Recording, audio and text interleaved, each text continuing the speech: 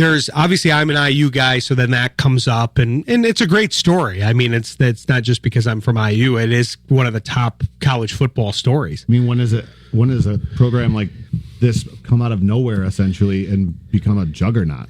That's the thing, because I told you all year that it's very surreal for me as an IU fan, and I'm not used to us being good. Now it's funny because now some of these other pundits that we talk to, people from Michigan State even, or some of the other schools that we talk to, now they're all looking for the next Curt Cignetti, because basically they're like, hey, if they can take basically the most losing school in college football, in major college football history, and turn them into the undisputed number one team. Are they actually the most losing school? I just know they have like almost no football history. Is essentially how I heard it. I've read somewhere that they are. I think I don't know the metrics on that, but I could believe it, because they never really had years where they were even above 500. Right. Like if you think back to the Big Ten or some of these other big conferences, the SEC, ACC, whatever, Big 12, there's really not a lot of teams that are just always at the bottom. Like they might around forever. Yeah.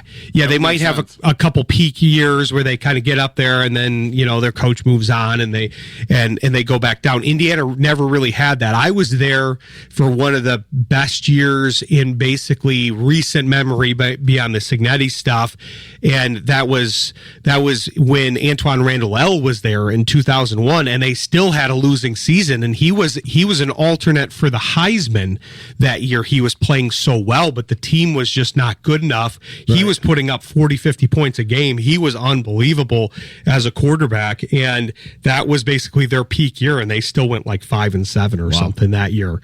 Yeah, no, I didn't know that. I know that the quarterback for Washington, did he transfer from Indiana? Yes. Yeah, that was Penix. They had one good year. That was basically kind of erased by COVID, essentially. Okay. They were looking good that year, and they did have a legitimately good year because Penix was great. I was not a believer in him when he transferred to Washington, and not because of his ability at all, but I thought his lower half was just done. Yeah. Because he had so many surgeries. He had 2 or 3 year-ending surgeries, and but he had a great rep at IU. Worked very well there. He worked with Kalen DeBoer, who ended up at Washington and now is at Alabama, and possibly Michigan. Well, that's the rumor. What do we think of these? The rumors are funny to me because they're kind of bouncing around with the different coaches, but he does seem like one that maybe isn't as happy at Alabama, even though they are in the college football playoff. Midwest ties. Basically what I've heard is once Alabama's season done, Michigan may make him a Lane Kiffin type offer. Doesn't mean he takes it, but basically force him to truly say, I don't want to be there. Money's not the issue, resources aren't the issue. Just, $100 million for however many years.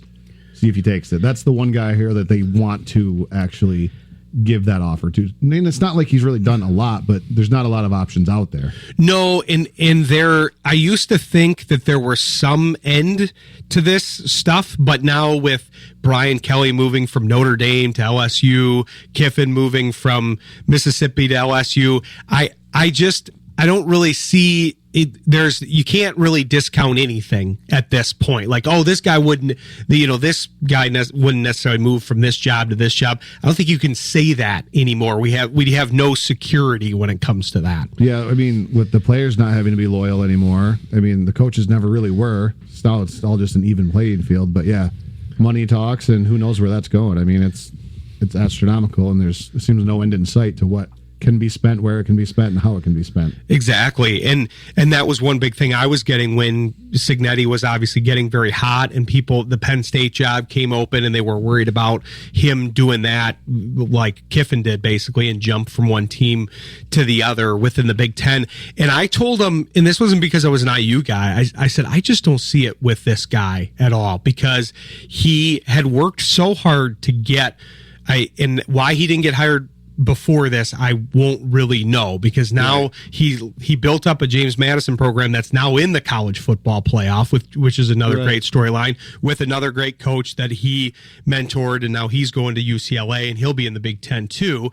But the idea that Cignetti, this is his first Power 5 job as a head coach, and he got it later in his life. He has a lot of experience, he even coached at Alabama as a position coach, but he's never gotten the big Power 5 job. So I didn't really think he was going to leave this job in his 50s, kind of advanced in his 50s. If he was in his 40s, I wouldn't have been as confident. I would have thought, well, okay, maybe I use more of a stepping stone. But I loved his response to people asking him, well, aren't you going to consider leaving IU? He's like, why? We're a powerhouse now. Yeah. You're like, where am I going to go? Powerhouse. I think he said emerging. Yeah. So, I mean, in that confidence, it works on people. I mean, I still remember the press. Google me from last, when it was introduced 2 years ago or whatever. But that was everywhere. It was Google me, I win. And now he's bounced around from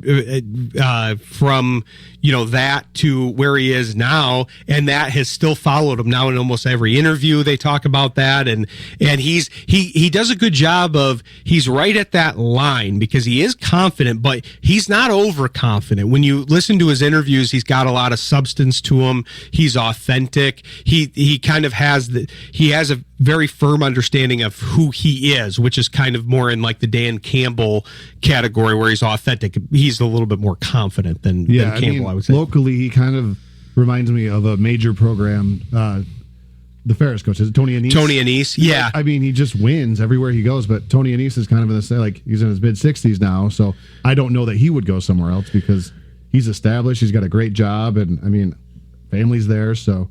I see why Cignetti would stay, and I don't think he's going anywhere. No, and Annese is a great example, because we'd have to ask our buddy Steve Project over at the Sports Project, because he's pretty close with Tony and has had him on his show. I've interviewed Tony on Steve's show before, after he won the championship last year, and now they're gearing up for it again here. It's been a full year, I guess, since I did that, and that was with Trinidad Chambliss at the helm that year last year. Yeah, I mean, and he's in the playoff.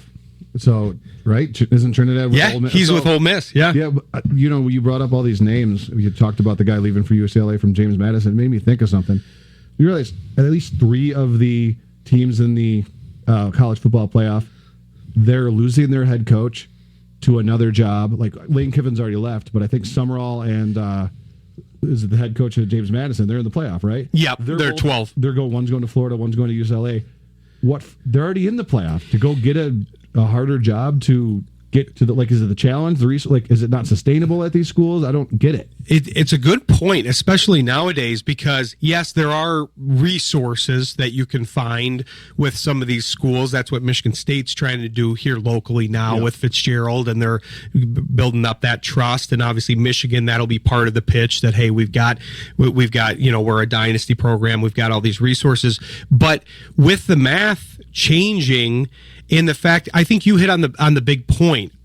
For me, anyways, if I were a coach, I think the other reason that Cignetti wants to stay at Indiana is because they're never going to kick him out of town. It's not like they're going to, if he then goes back down and kind of goes back down to earth, so to speak. If they become a 9-win team. Yeah, he's kind of a middling. Great, but it's not the new expectation. But exactly. I mean, I know they're a dynasty program on the basketball side, but they're not going to have that wild of expectations now. Whereas you go to a Florida, you go to a Michigan, you go to an LSU, all these big dynasty programs, they're going to expect you to win. They're going to say, "Hey, we've got the rep, we've got the resources, we've given you everything. Where's our wins now?" Even if you do win, 3 years later, you could be out of a job. So like LSU, the last 2 coaches, or at least Ogeron got fired, and then did they fire another national championship winning coach? Oh yeah, the guy who was good, rumored for Michigan. I can't remember his name. Les Miles. Oh yeah. So he lost his job too after winning a national championship. So that's not a very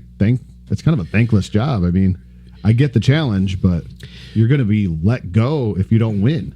You're expected to win. Yeah, exactly. You're expected to win. I mean, let's not forget, this isn't a popular team talk about around here, but they were trying to fire Ryan Day at Ohio State before he won the college football playoff last year. He won the whole thing, right? And they were trying to fire him the year that he won it. Yeah, last Saturday in November, they wanted him gone. January 1 or middle of January, he's the best coach in America. So what have you done for me lately? To the extreme. Oh yeah, definitely. And I think this we talked about this a little bit with Shayne the last couple of weeks, but I mean, something's got to kind of stop at some point because there's just too much movement. There's not really anything governing all of this stuff, and that's easier said than done. But they're going to eventually have to figure something out because for 2025, this is very Wild Westy here. Yeah, not just with the coaches, but even with the players, because what did I say? That one USC quarterback or something, like he re-signed for the year, like he was a free agent. What? He was on scholarship. What is this? This isn't. It's free agency on steroids. And that's worse than professional sports. Oh, it is. There's no contract holding you in. It is, and I remember I have a lot of friends, family that have always liked college football. I've primarily been a pro guy across all the sports, but I have a lot of family members, friends that like college football better.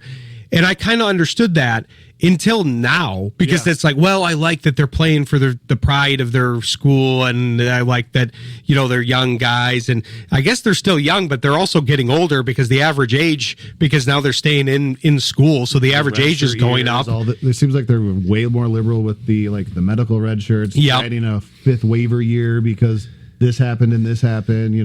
I know. Look at the quarterback for the Saints. He was 27. Getting drafted. He had 7 years of college. It's amazing to watch these guys coming in. He was that way. Bo Nix, even Michael Penix, who we talked about. Hendon Hooker. Yeah, Hendon Hooker. These guys, we're doing the math wrong because it's they're rookies. Yeah, but they're older than some of the guys that were drafted a year or two before them. Exactly. I mean, I remember seeing something like that. It was this guy's been in the league for 3 years. He's 23. This guy's a rookie, and he's 3 years older than the rookie. Right. So it's oh yeah, okay, exactly. Yeah, it's funny how we do that because then it's the potential of the person, and they might be a little bit old for that said potential. But yeah, interesting conversation.